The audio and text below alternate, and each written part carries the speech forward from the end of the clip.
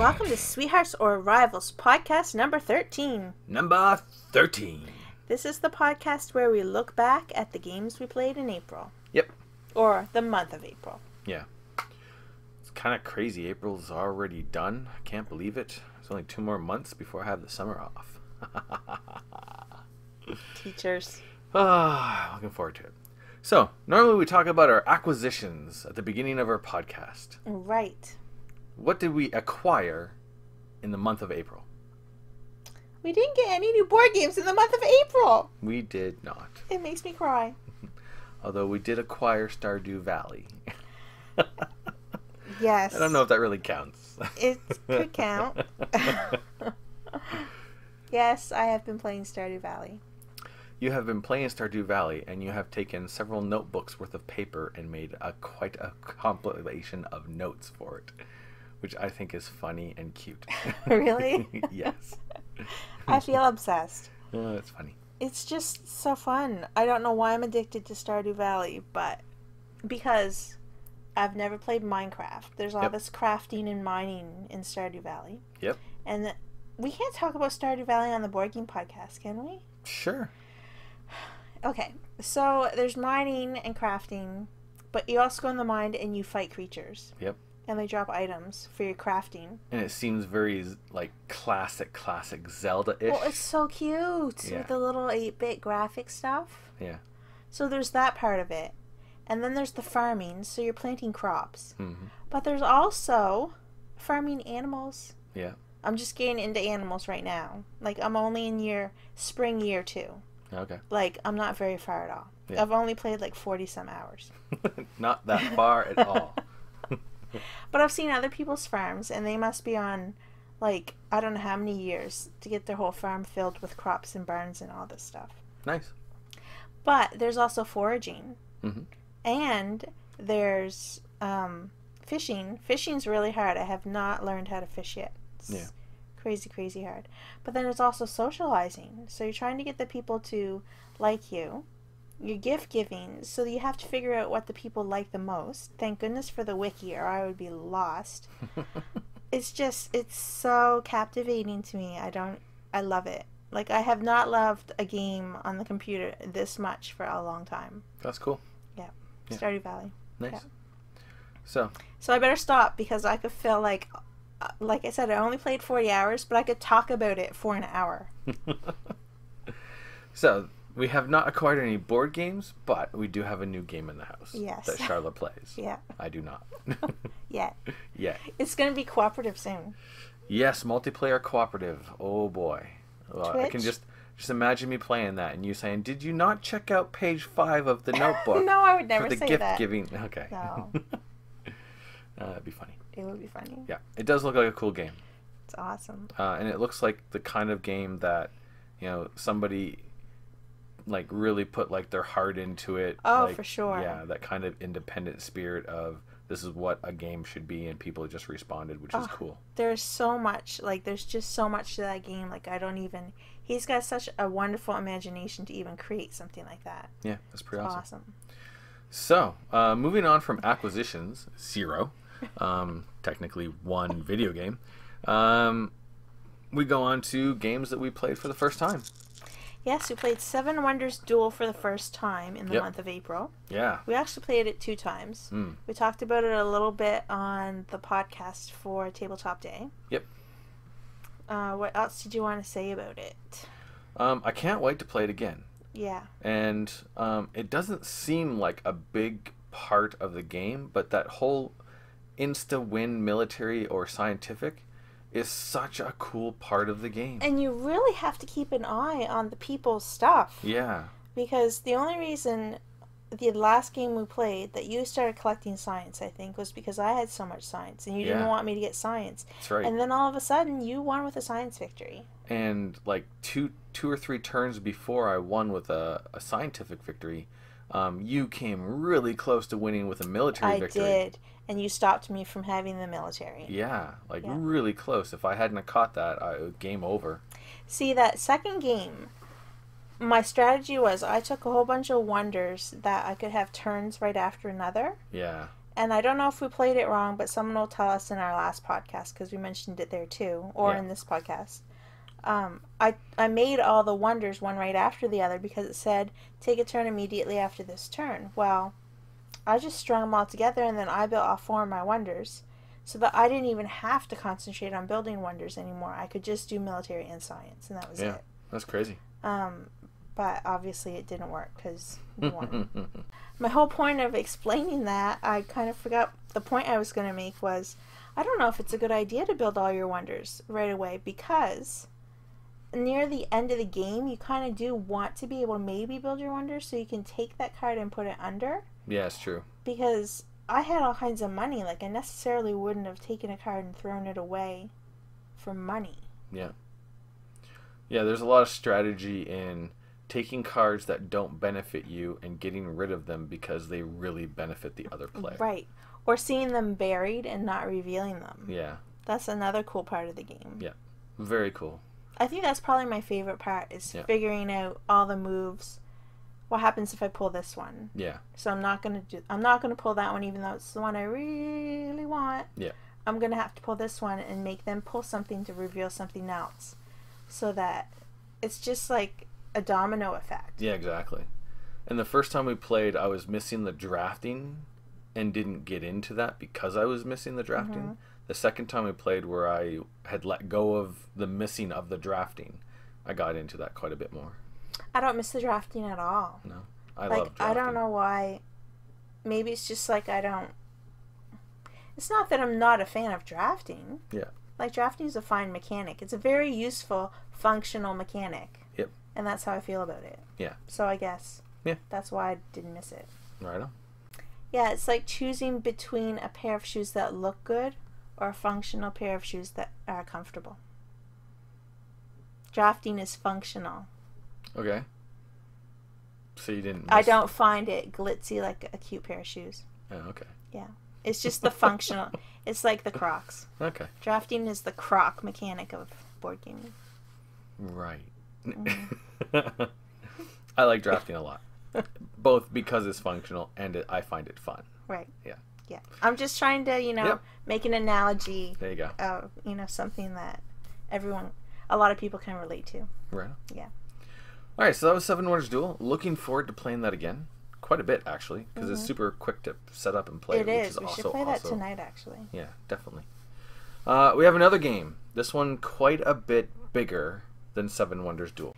It is quite a bit bigger. You can probably fit 8 or 9 Duel boxes in this game box. Yeah, which is the... Gallerist. Yes, we have the Gallerist. That is cool. We ended up... On another podcast, we had talked about how we were going to have to make a decision between the Gallerist and the food chain magnate. Yep. And the Gallerist won. Yes, and I'm glad it did. I don't think... I would really like to play Food Chain Magnate. Me too. But there's no way I'm buying that game until I get a chance to play it.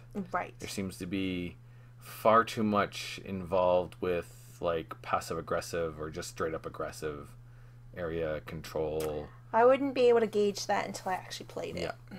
So, the Gallerist. Very, very cool. On your turn, you have one decision to make. You take your pawn and you move it to a new place, and then you take one of the two actions there. And that is it. Except everything that is involved in taking one of those actions is a lot. Mm-hmm. Like there are player aids where there's like a quarter of a page of notes of, if you're going to take this action, do this first.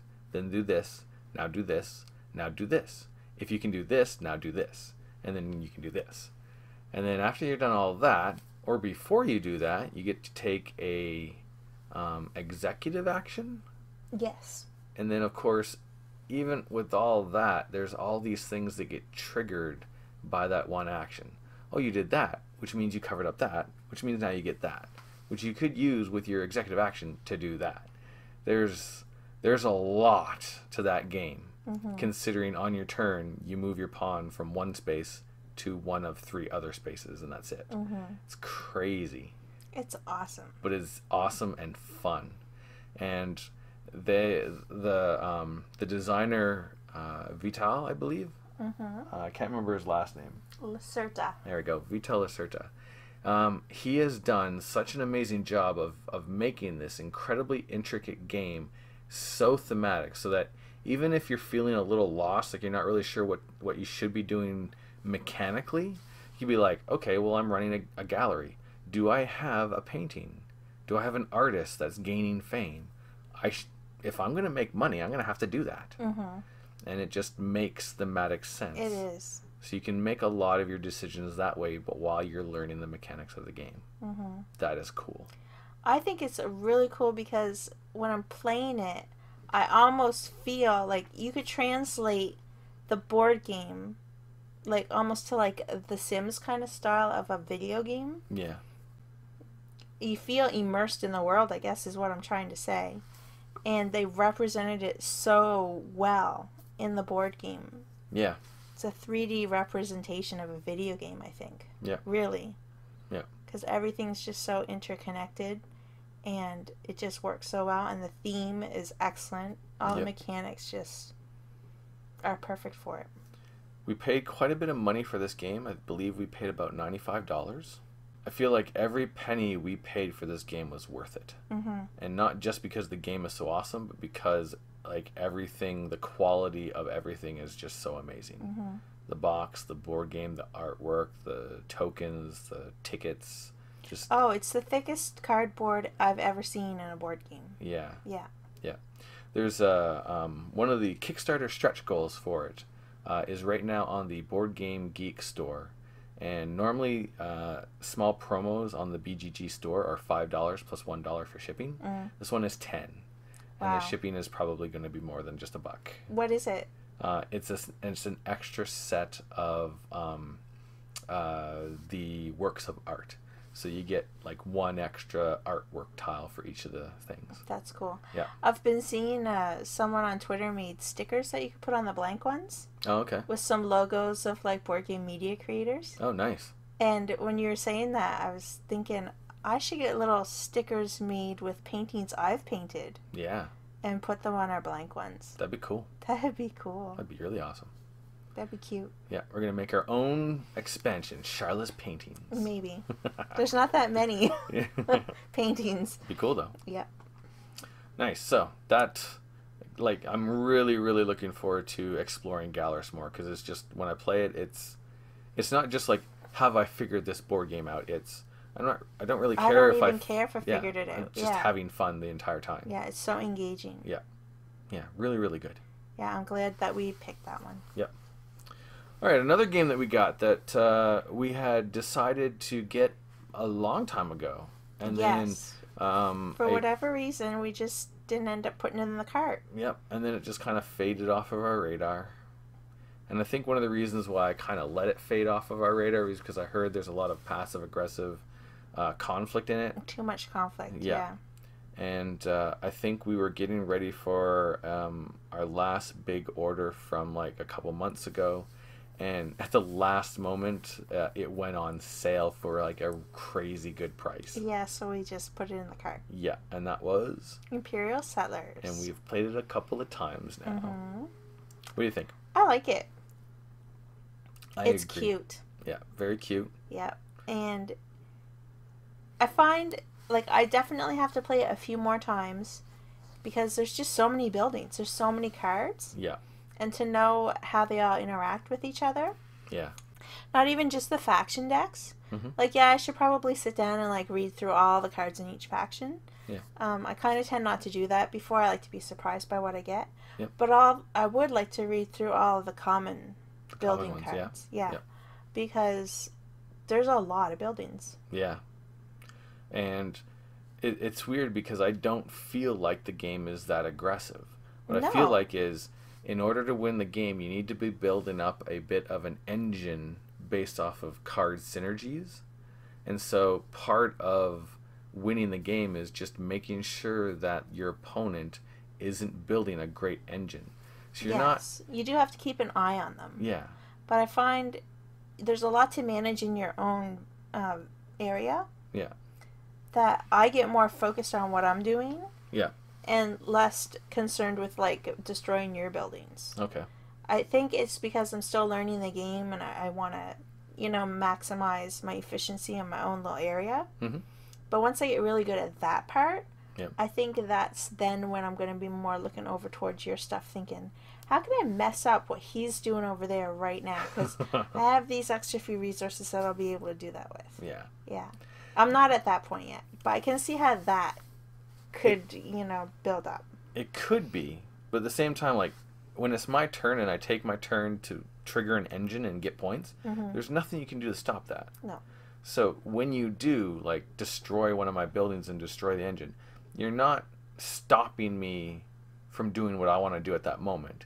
You're just stopping me from doing that in the future. Right.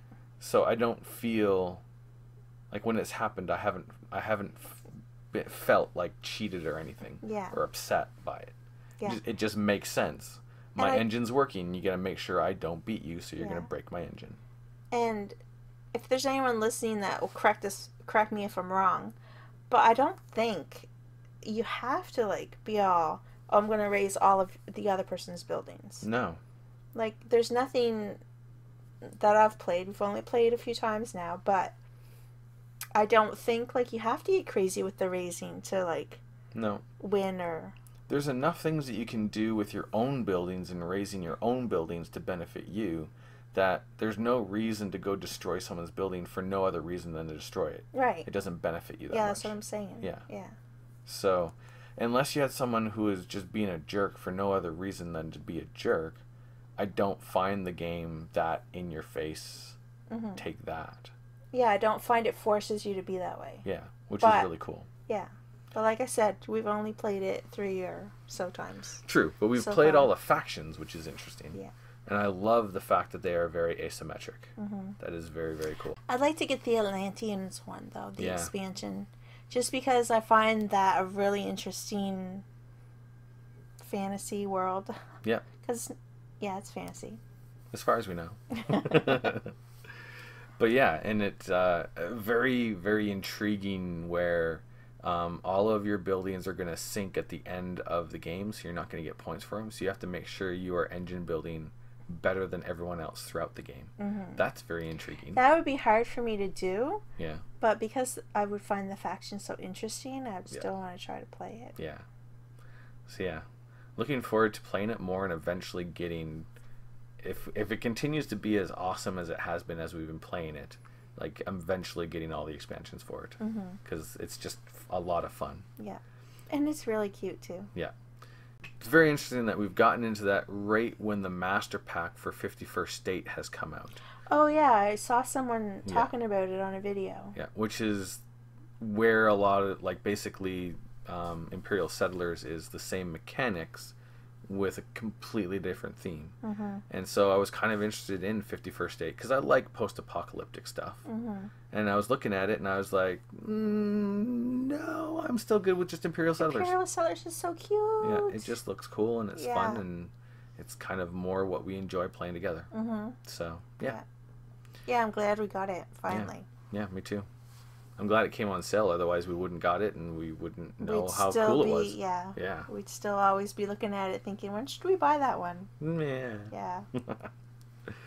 Alright, 2 more games that we played for the first time this month. The next one is... Senor A. Senor A. Very, very interesting game. And I was surprised to learn that one of the designers of Senor A is a designer from Hyperborea. That was kind of different. I didn't see that connection. Yeah, those are 2 very different games. Yeah.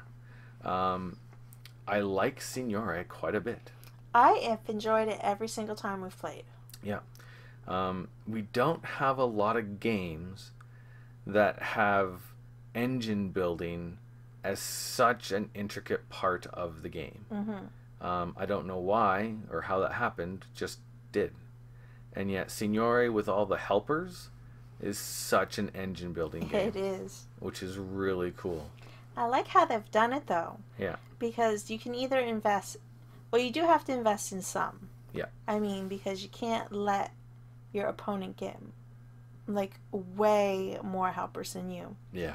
And what's really interesting about the helpers you're going to choose is you're going to look at the goals, like for the end. Mm-hmm. and see what those are. So you're not even going to have to go at the same strategy each time.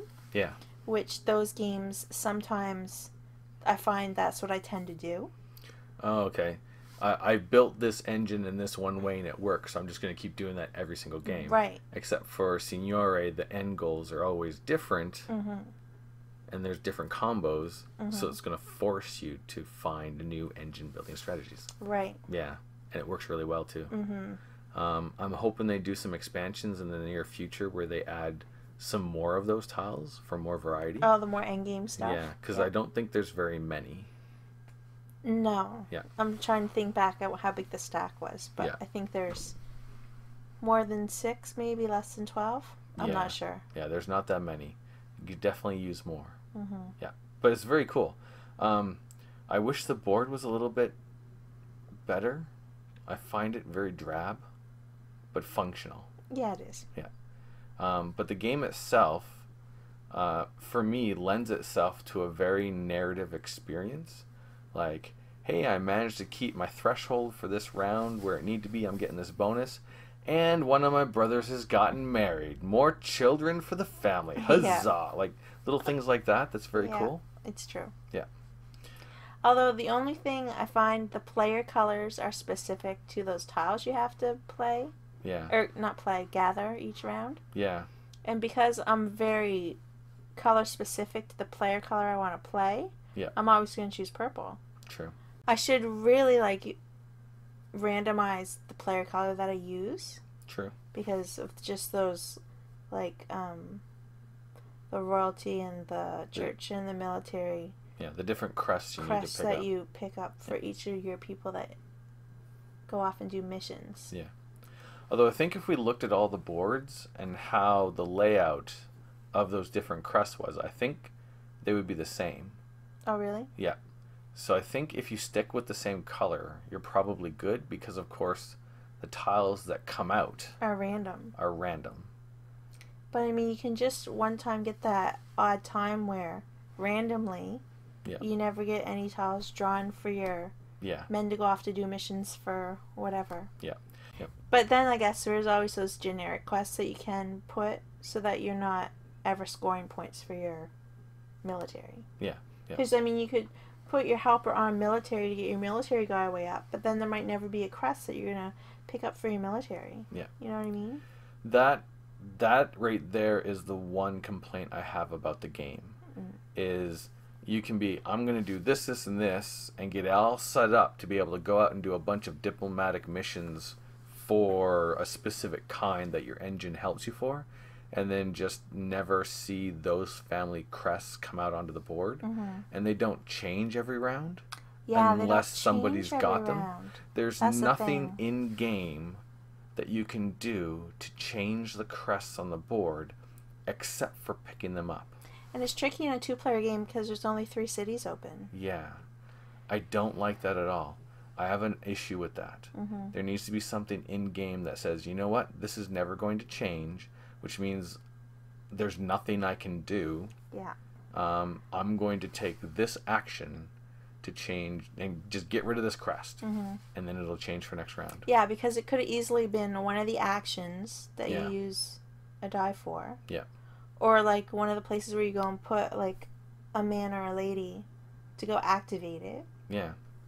Or something. It could have even been just burn a die to do it. Or it even could have been an alternate to, if you send one of your guys or girls out for a mission or a marriage, they get put in the city, and instead of taking the tile, you just get rid of it so that another one comes out. Because then suddenly that is like, do I do that, and does the tile come out that's going to help my opponent? Because if you have a guy if you have a guy ready to go on a diplomatic mission, and then all the banners are ones that you've already collected or you don't need for your diplomatic mission spots, it's that you're not allowed to go on the diplomatic mission, right? No, you still can. Oh. You're just not allowed to take a tile.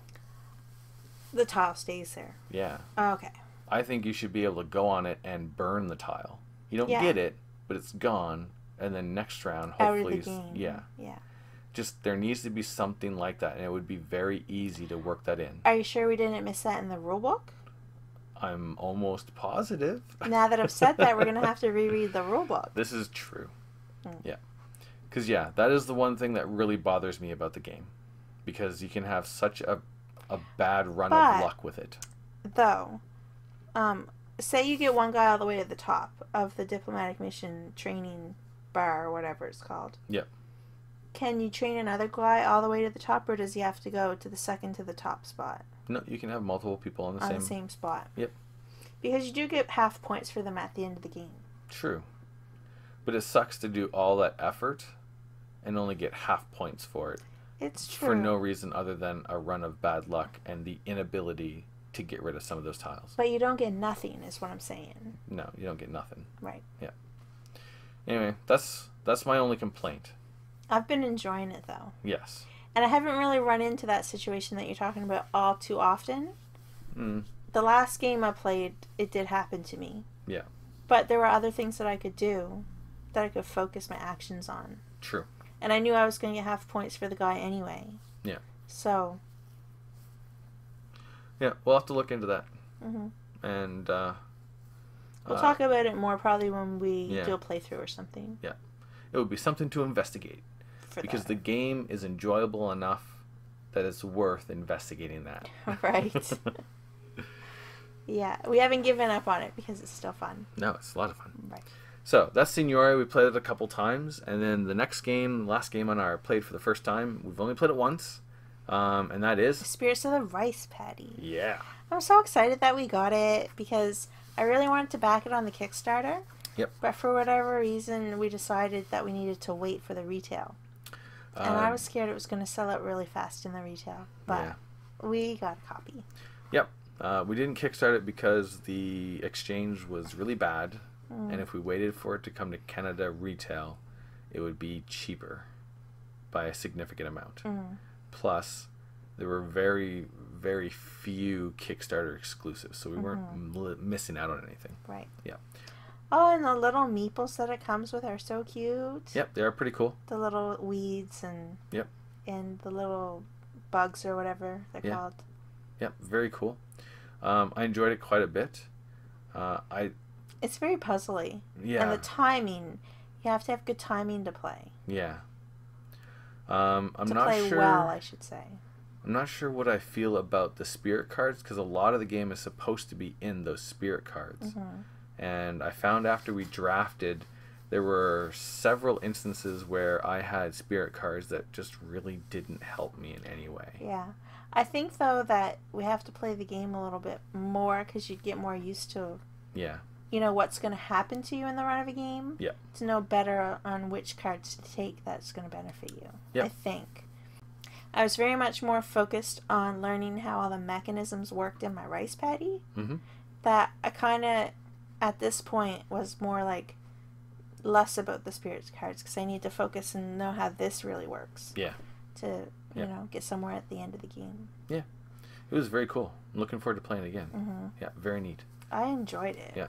I'm a little disappointed with the boards. I was really looking forward to the 2-layer boards because the top layer has been almost has punches out so things fit very well in that 2-layer board. And a lot of our boards, it seems like when they took the punches out of the top layer, they didn't come out very well. I'm gonna have to sit down with an X-Acto knife and clean it up a lot. Yeah. That's very disappointing, but also fixable. So not overwhelmingly disappointing. No. But I can't imagine that making a board like that would be easy. No, that would be really difficult. So it's very cool that they try to do it too. Yeah. Well, it works really well. Yeah. Because can you imagine putting all those little gates in? And then a cat runs by or bumps a table leg or someone sneezes even and the wind blows the pieces away. Yeah, exactly. Yeah. Yeah. So definitely looking forward to playing some more of that. We have, looking over our shelf, we still have several games sitting on our shelf that we have yet to play. So with all the games we have yet to play, all the games that we've recently acquired that we need more plays, and all the games that friends of ours have picked up, the fact that we have 0 acquisitions is okay. For now. Yeah, because we have a lot to explore. Yes. Yeah. That's for sure. Cool. The last thing we're going to be talking about on our podcast number 13 is what has come onto our radar, what's on our wish list now, what are we possibly thinking about picking up in the future. Well, something that went on my radar for like a split second until I realized it was a 3-player game. Yeah. Was the Star Trek Ascendancy game. Yeah, that looked really cool. Mm-hmm. That looked like something we would really get into. I'm kind of a Trekkie. Yeah. I haven't really mentioned that much on the channel. Yeah. But like, when I really realized that I was a Trekkie, was was excited for Star Wars, and I'm going to Star Wars, and we're in the theater to watch Star Wars, and I didn't know what the trailers were going to be. And when the trailer for the new Star Trek movie came on, I was more excited to see that trailer on the screen than I was to see the Star Wars movie. I don't know if I can live in the same house with you anymore. What? I know, I didn't know that. Can't believe that. I know. I'm just saying, it's a revelation that I made when I was sitting in the theater that day. I did not even understand how much of a Trekkie I am. Nice. I'm not. I love Star Trek and it's cool. I'm more Star Wars. That's okay. Yeah, that's okay. See, we balance each other out because we're the yin and the yang of the Star Trek versus the Star Wars. Perfect. So it's okay. Yeah. It's all good. Now, the great thing about Star Trek Ascendancy is there are some gamers in the area who are big Trekkies. It's true. Who would play this quite a bit. So we might have to put the bug in their ear about this, and then maybe one of them. And then we'll be able to play it someday. Yeah. Yeah. So it was briefly on my radar. Yeah. Until But yeah, there's no reason of getting it if we're never going to be able to play it. It's like Zaya. Zaya is a great game. We love it, but you need 3 or 4 people to play it. To make it really good. So. But I don't even think that one's playable unless you have 3. Yeah. It's not even like the Star Wars Rebellion that you want. That's only 2 players. Yeah. Yeah. Yeah. So Star Wars went out on that side, but not the... I still want to play that. That's still on my radar. I would play it, but I'm just not keen on buying it. Yeah, I know. Just yet. Not until we play it. Right. All right, so something new that came onto the radar, especially mine, because it was very intriguing and I really like the idea of it, and that is 7 Ronin. You're going to have to talk more about that because I remember writing it down the day that I watched the video. Yep. But now I've forgotten. Okay. It was actually Joel Eddy on Drive Thru Review who did a review of it. I remember who talked about it. And it is a 2-player asymmetrical game where one person is playing 7 Ronin samurai. Now I remember. And they are... And they have the different board and the other player has the other board. Sort of. What it is you have like 2 screens and then there's a board in the middle. Yeah, yeah. And then in the screen, behind the screens, you decide what your plan is and then everyone reveals. And then you have the Ronin who all have special abilities, and they're running around trying to stop the ninja. And the ninja don't have special abilities, but if they take control of areas of the board, they get to trigger the board's special abilities. And very asymmetrical. The 7 Ronin, that's all there are, 7, and if they die, they're gone. But the ninjas, you just spawn more and more ninjas. And it seems so cool. It does seem cool. And I'm not even pro ninja, so... I am so pro ninja. We need more ninja games, people. More good ninja games. But one of the things that I like about it is that whole behind-the-screen, hidden planning, surprise, and like see what happens. The fact that it's 2-player only. Yeah. But it is an import that is very, very expensive. And the components are very minimal. Did Joel mention if they're going to have a publisher around here doing it? I don't know. I hope so, but I have no idea. So, it's something that's on my radar, but not something I'm like going to jump out and buy because it's expensive. Although Board Game Bliss does have a copy. It's just expensive. Yeah. So, it is definitely on my radar and my wish list, and if ever there's a chance of like trading for it, it might be something to trade for. It's almost to the point of like it could be a Grail game, not because we can't get it, but because we can't get it for a good deal right now. Yeah, it's a hunting down a good copy game. Yeah. Yeah. Right on. What else we got? Well, something that came on my radar a little while ago, I saw a picture of it, but then they just posted it again on Twitter. Yeah. It's so cute. All I know about it is from the picture and the caption. Okay. It was Splendor meets a Mancala. Yeah, nice. And the art is so cute. I'm going to get you to say it, though, because you've been there. Yep. Play Jeju. Yeah, that's cool. Yeah, and it's from a Korean game company. Yeah, and Jeju is an island off of Korea, not far from Japan, and it's Korean, and it's they call it the honeymoon capital of South Korea because it's tropical and it's a dormant volcano. Yeah, sounds pretty. Yeah, and when I was in Korea, my friend and I had a weekend, and every time we had a long weekend, we would travel to see more Korea, and we actually traveled over to Jeju and spent a weekend traveling around seeing all the crazy sights there. Cool. So the fact that there's a really cool board game based off of Jeju Island, and it combines Splendor with Mancala. And the art is like super duper cute. Yeah, that's neat. I think we need it. Yeah. We need to find out more for sure, but Yeah. I think we also just need it. Yeah. Yeah. And that, because it's a Korean game, I can see that becoming a Grail game very easily. Yes. Yeah. But there was a conversation on Twitter. It was Suzanne, and she was talking to Grail Games. Yep. And Grail Games said something about maybe we can do something for you in August-ish, maybe? I think that's kind of what they said. Yeah. So I'm going to have to keep my eyes peeled for that one to see if I can get any more scoop going on. Nice. I'm going to have to do a little bit of research into Grail Games, too, find out about them a little bit more. Because I'm not familiar with the company. I don't know if we have any games by Grail Games. Yeah. We'll Google that right after we're done this podcast. Yeah. We shall look into that some more. Not Google it. I mean BGG it. There you go. Yeah. Cool. So another thing on the radar. So the only other things, people have been getting their copies of Kodama. Yeah. Is that how you say it? Kodama. Yep. It's so cute. It was a Kickstarter, and I kind of really wanted to back it because it was just so cute. But Justin's not into card games, so we didn't back it. No, I'm not into card games, especially not a card game off Kickstarter where our exchange is so horrible right now. I know, but it's just so cute, and it's about building trees and set collecting the little, like... Tree spirits. Yeah. Yeah. On each branch. Yeah. And it's just so pretty in the art. It's so cute. I have Go ahead. Okay. I have a feeling that eventually we are going to get a copy of Kodama because I'm a huge fan of Kodama and they are so cool. I don't know anything about them, but they're so cute. Yeah.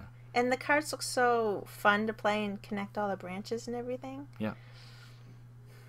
Yeah, it just made me want it again. Yeah. Yeah. We'll have to watch Princess Mononoke sometime. Okay. Because I've seen it like dozens of times, but I don't think you've ever watched it. No, you've never showed me that movie. It's a very good movie, and that's where that's where they're known from. And it's an amazing movie, and they're really cool. Cool. Right on. So, one other game came onto our radar, and that is... Well, I always was very interested in Arboretum. Yep. But Justin was like, that's a card game about trees, and I don't want it at all. Yeah. Until Shut Up and Sit Down did a video a few months ago on it. Was it months or months? It was a while ago. Yeah. Yep. And it really put it on my radar again. Nice. I just like card games, but Justin doesn't really want to just sit down and play a card game with me. Not usually. I am more interested in a narrative experience to hold my interest. Yeah. And I'm okay with a little bit of abstract. Yeah. Anyway. Yeah. We shall look at it. And could be a good trader. We had a comment one time, they were interested in your hate of card games, so I'll have to make that a waxing philosophical sometime. Yes, we will. Hate-filled episode. Because I'm so hateful. No, I'm not saying. I know. Ah. I'm just kidding. Okay. But I will have no problem explaining why card games don't usually hold my interest. Yeah, we'll save that for another episode. Yep. But I could just sit down and play card game after card game. Yeah. And Justin cannot. So I think that wraps up podcast number 13, looking back at April. All right, thanks for listening. And we'll talk at you later. Laters.